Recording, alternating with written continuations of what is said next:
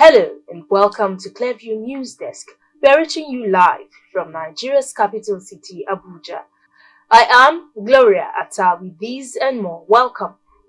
Popular Nigerian singer Simi recently shared her perspective on marriage, saying that couples should consider living together before tying the knot. Speaking on the newest episode of the Tea with Tay podcast, the singer emphasized the significance of understanding the various aspects of a person's personality before committing to a lifelong partnership. She made her stance while acknowledging that her opinion might not align with everyone. Simi highlighted the importance of witnessing different aspects of a partner's character that may not be evident in public settings. The music star noted that the way couples are when they are outside in their best behavior is different from how they are when they are cranky and haven't eaten, or when they wake up in the morning, or when they are snoring. Simi did, however, acknowledge the fact that people have successfully married without cohabiting. According to the singer, living together provides valuable insights into compatibility and helps individuals make more informed decisions about the prospect of spending their lives together. Still on marriage, Nollywood actress Victoria Inyama has accused her former husband Godwin Okrim of physical and mental abuse during her time in the marriage.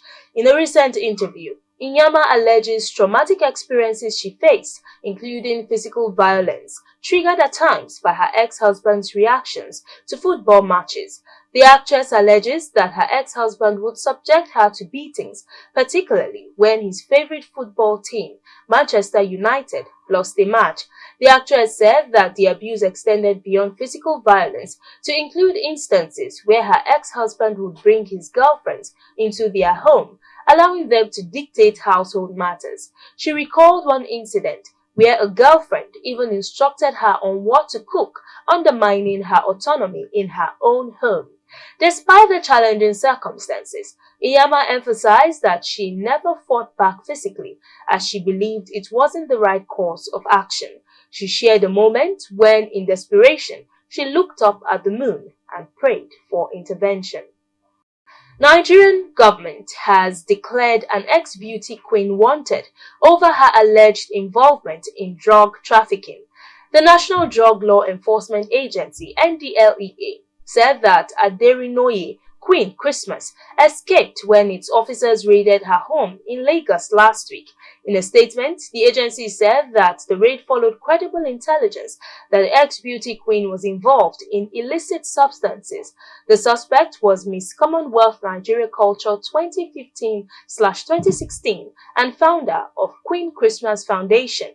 She is yet to comment on the allegations. NDLEA said another suspect, who was returning from Brazil last week, was also arrested at the Murtala Mohammed International Airport for ingesting 60 big wraps of cocaine. And in sports, the Confederation of African Football has picked Nigerian international Victor Osimhen for a random drug test after his sterling outing against Cameroon in Saturday's round of 16 March of the ongoing AFCON 2023. Osimhen was the driving force in the 2-0 win for the Super Eagles, with his desperation to win the ball. On one of such instances, Osimhen dispossessed a Cameroon defender of the ball and made a low pass to Lookman for the opening goal. He chased down every ball and remained a constant threat to the Cameroon defense throughout his time on the pitch. His tireless display has attracted the attention of CAF, leading to his being picked for a random test. Usually, players are picked by drawing of lot for all the players in a match day squad.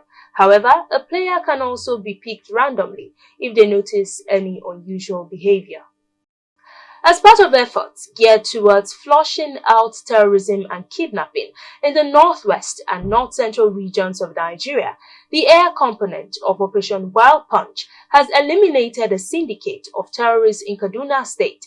In a statement issued this Monday by the Director, Nigerian Air Force Public Relations, Air Vice Marshal Edward Gabwet, the precision strike followed an intelligence report of the movement of the syndicate along the Quiga Kwampin Doka axis in Birnin Gwari local government area of Kaduna State. Meanwhile, the Chief of Army Staff, Lieutenant General Taurid Lagbaja, has ordered troops of the 3rd Division Nigerian Army and the Joint Task Force Operation Safe Haven to adopt a more aggressive posture and decisively stamp out terrorists causing mayhem in Plateau and border states. General Lagbaja handed down the stern order at the weekend while addressing troops during an operational tour to Plateau State following a recent disruption of peace in Mangu local government area of the state. Now, the Supreme Court this Monday reserved judgment on an appeal the All Progressives Congress (APC) and its candidate Senator Aisha Dahiru, popularly known as Binani, filed to challenge the outcome of the governorship election that held in Adamawa State on March 18. A 5-member panel of the Apex Court, led by Justice Inyang Okoro, adjourned the matter for judgment after all the parties adopted their final briefs of argument. Specifically, the appellants, through their legal team, headed by Chief Akinolu Olujimi-san, prayed the court to sack Governor Amadu Fintiri of Adamawa State from office.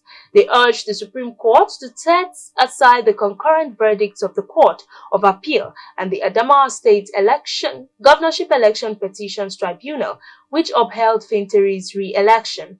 Senator Dahiru maintained that she polled the majority of valid votes cast at the election and was validly declared the winner by the state resident electoral commissioner.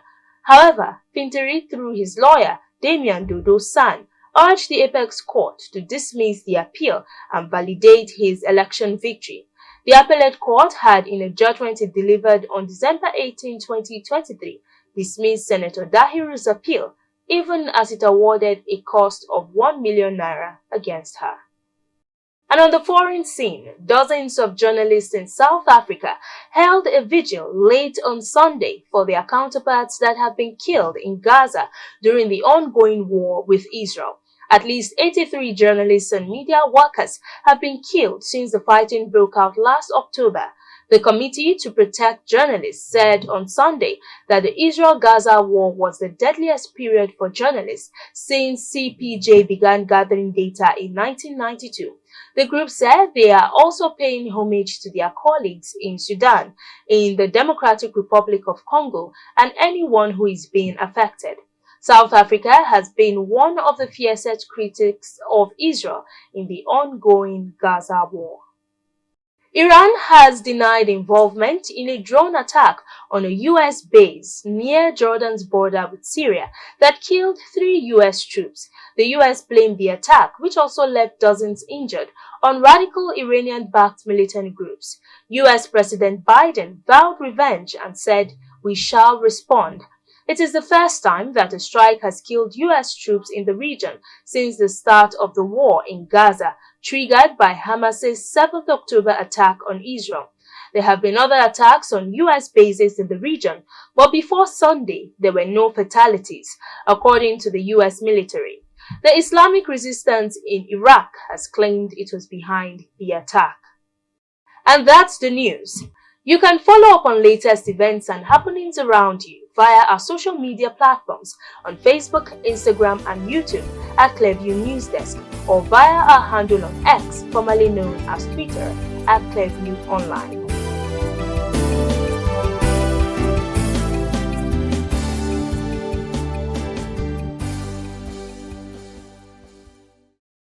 Many thanks for joining us. I am Gloria Atta. Bye for now.